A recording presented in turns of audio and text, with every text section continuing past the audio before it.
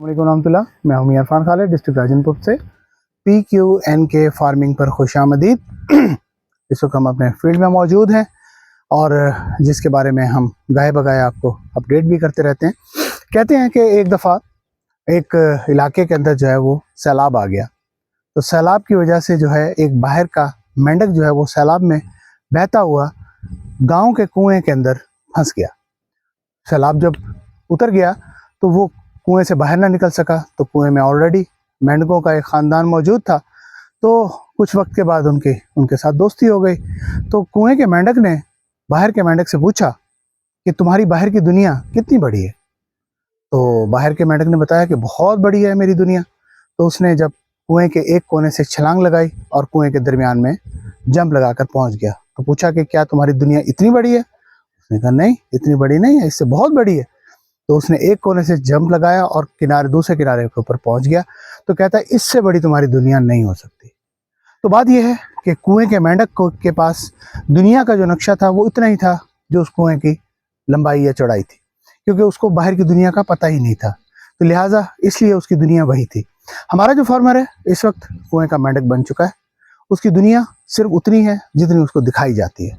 इसके अलावा ना उसके अंदर एक्सप्लोर करने की सलाहियत है, ना वो जुस्तजू करता है, ना वो रिस्क उठाता है और ना वो आगे बढ़ने की कोशिश करता है। रिवायती तरीके से हम लोग चल रहे हैं और यही वजह है कि हमारी ज़राअत आए रोज़ दिन ब दिन तनज़ली का शिकार हो रही है। हमारे बाद आने वाले ममालिक जो ज़राअत के फील्ड में हमारे बाद आए हैं, जिनके पास ना तो अच्छी ज़मीन थी, ना अच्छा पानी था, ना अच्छा इंफ्रास्ट्रक्चर था, लेकिन आज वो ममालिक हमसे बहुत आगे निकल गए हैं और हम लोग आए दो रोज़ बैक स्टेप के ऊपर जा रहे हैं। हालांकि हमारे मुल्क की इकानमी का 70% दारोमदार जो है वो ज़राअत के ऊपर है। हम डायरेक्ट या इनडायरेक्ट ज़राअत से वाबस्ता हैं। भले आप इस्लामाबाद के ऐवानों में बैठे हुए हैं, भले आप किसी छोटे से छोटे गांव में बैठे हुए हैं, हर सूरत में डायरेक्ट या इनडायरेक्ट आप ज़राअत के साथ अटैच हैं।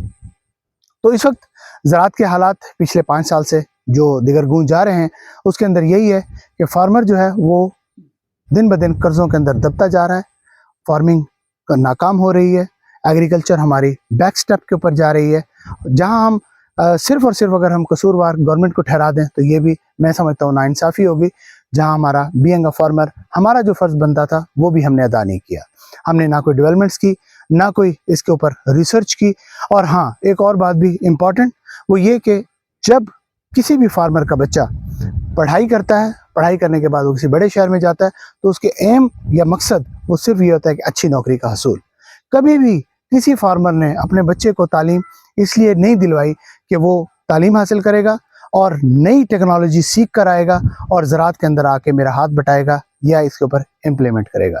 ये हमारी बदकिस्मती है और ये आप लोग मेरे ख्याल में मेरी इस बात से इत्तफाक करेंगे कि बीइंग अ फार्मर हमने अपना हक अदा नहीं किया। तो इस वक्त ये नई टेक्नोलॉजी है, इसके ऊपर जब हम 3 साल पहले शिफ्ट हुए तो उस वक्त हम भी लोगों के तंज और तशनी का निशाना बने कि ये टेक्नोलॉजी कामयाब नहीं होगी।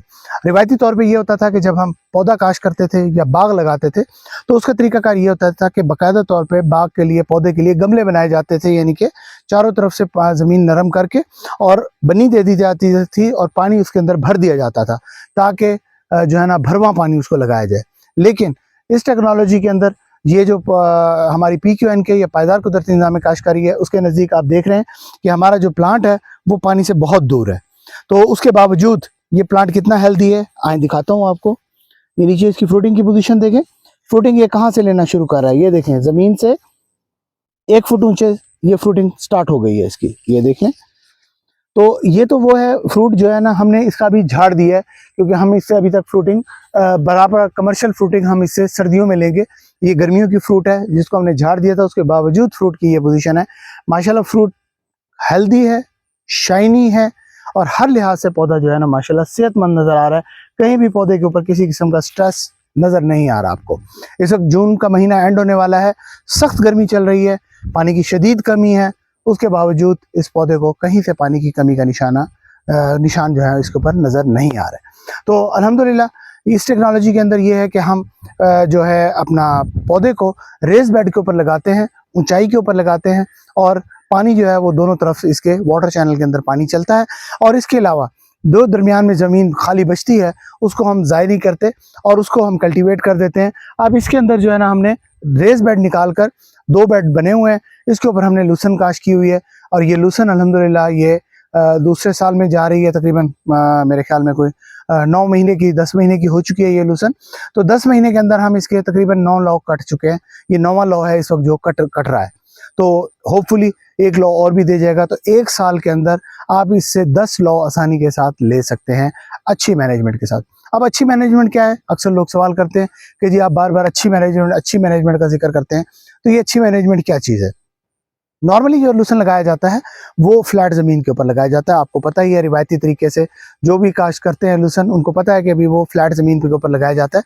तो फ्लैट ज़मीन प्लेन ज़मीन के ऊपर जब आप लगाते हैं तो सर्दियों में तो वो तो बहुत अच्छा परफॉर्म करता है, बड़ा अच्छा रिजल्ट देता है। लेकिन जो ही गर्मियाँ स्टार्ट होती हैं अप्रैल के बाद वो मुरझाना शुरू कर देता है और मई जून के अंदर वो मुकम्मल तौर पे ख़त्म हो जाता है। आप उसको कल्टीवेट कर देते हैं, ज़मीन को खाली कर लेते हैं। क्यों? उसकी वजह ये होती है कि जब इसकी जड़ को पानी लगता है और ऊपर से टेम्परेचर इतना हाई होता है अप्रैल मई के अंदर, तो उस टेम्परेचर की वजह से इसका जड़ का गलाव शुरू हो जाता है और उस गलाव इतना शदीद होता है कि ये पौधा जो है ना खुद ब खुद मेटेलिटी की तरफ चला जाता है। अगर आप इसको नहीं भी ख़त्म करेंगे तो ये खुद ब खुद ख़त्म हो जाएगा।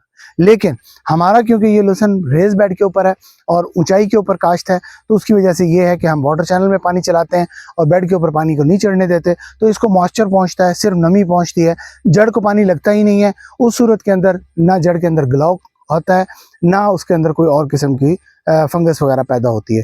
तो इस तरह से हमारा जो है ना ये लूसन ये आगे कंटिन्यू रहता है।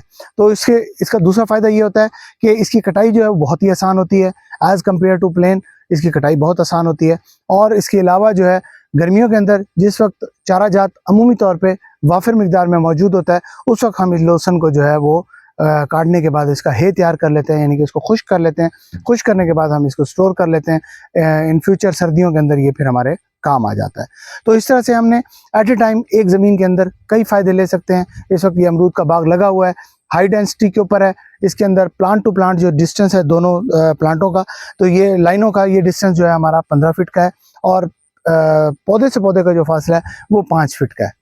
तो उसके बाद ये आपस में जुड़ना शुरू हो जाते हैं तकरीबन 2 साल के बाद। तो फिर उसके बाद इसका प्रूनिंग का अमल किया जाता है जो साल के अंदर हम 2 दफ़ा करते हैं। तो इंशाल्लाह अगले हफ्ते हम इसका प्रूनिंग का अमल स्टार्ट करेंगे इंशाल्लाह, वो भी आपको दिखाएंगे, शेयर करेंगे आपके साथ इसकी प्रूनिंग हम कैसे करते हैं ताकि ये झाड़ी रहे, ये बहुत बड़ा दरख्त ना बने और इसकी पिकिंग जो है वो ज़मीन से खड़े होकर आसानी के साथ इसकी पिकिंग हो जाए, फ्रूट पिक हो जाए आसानी के साथ। इसके अलावा जो भी इसकी साइडें खाली थी उस साइडों खाली के ऊपर हमने जो है ना ये सौंफ की काश्त कर दी थी। तो ये सौंफ की हम वैसे हार्वेस्टिंग कर चुके हैं, ये कुछ पौधे बच गए थे शायद, उसकी वजह से जो है ना ये अभी भी फ्रूटिंग के ऊपर आ रहे हैं। तो इसके सौंफ के ऊपर एक एडिशनल आपको आमदन हो गई। तो इस तरह से हमने इसके ऊपर सौंफ लगाया हुआ था, जो प्लांट थे उनकी साइडों के ऊपर जो हमने सौंफ के पौधे लगाए हुए थे, तो उससे ये हुआ कि 1 एकड़ के अंदर हमें तकरीबन अप्रॉक्सीमेटली 2 से 2.5 मन जो है ना सौंफ जो है वो निकल आया। तो इस वक्त सौंफ की प्राइस जो है वो तकरीबन जो चल रही है वो 10,000 प्लस के ऊपर चल रही है। तो इस तरह से आप इससे एडिशनल आमदन भी हासिल कर सकते हैं। एक ही फसल, एक ही ज़मीन है, उसके ऊपर आपने लहसुन भी काश्त किया हुआ है और बाग भी आपका अच्छा ग्रो कर रहा है और साथ साथ आप एडिशनल कोई ना कोई क्रॉप इसमें से ले सकते हैं। तो बहरहाल ये एक सिलसिला है, इसको जारी रहना चाहिए। किसी किस्म का कोई क्वेश्चन हो तो ज़रूर हमसे कर सकते हैं। बहुत शुक्रिया। मैं इरफान, डिस्ट्रिक्ट राजन।